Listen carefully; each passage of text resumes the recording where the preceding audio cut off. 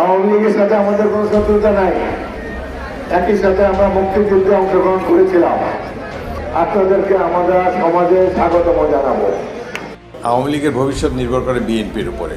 আর আমরা যদি আওয়ামী লীগকে অনুসরণ করার চেষ্টা করি, আমরা যদি জনগণের আশা আকাঙ্ক্ষা পূরণ করতে পারি, আমাদেরকে নিজেদের জানতে হবে যে আমরা কারা।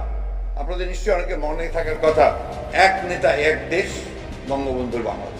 বিএনপির হাত ধরে ফিরবে আওয়ামী লীগ। দীর্ঘদিন ধরে এই গুঞ্জনই শুধু চলছিল, কিন্তু কথায় আছে যা রটে তাও কিছু ঘটে। সম্প্রতি নতুন সংসদ অনুষ্ঠিত হওয়ার পর বিএনপির বেশিরভাগ এমপিদের একের পর এক আওয়ামী প্রীতি বেশ লক্ষ্য করা যাচ্ছে। সম্প্রতি নবনির্বাচিত স্পিকার মেজর হাফিজ উদ্দিন আহমেদের মুখে ইদানিং আওয়ামী প্রীতি বয়ান বেশ লক্ষ্য করা যাচ্ছে। সম্প্রতি আওয়ামী লীগ নিয়ে তার একটি ভিডিও বেশ নজর কাড়ছে নেটিজেনদের।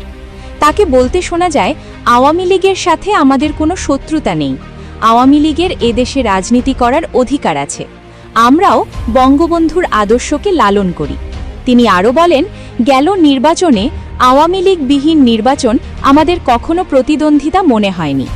একজন স্পিকারের আওয়ামী লীগের প্রতি এমন নরমশীল আচরণে বিরোধী দলের বেশিরভাগ নেতারা মনে করছেন বিএনপি আওয়ামী লীগের সাথে গোপনে সমঝোতা করেছে, তাই তাদের এত দরদ বাড়ছে। একই সাথে আমরা মুক্তিযুদ্ধে অংশগ্রহণ করেছিলাম। আপনাদেরকে আমরা সমাজে স্বাগতম জানাবো। এক নেতা এক দেশ, বঙ্গবন্ধুর বাংলাদেশ।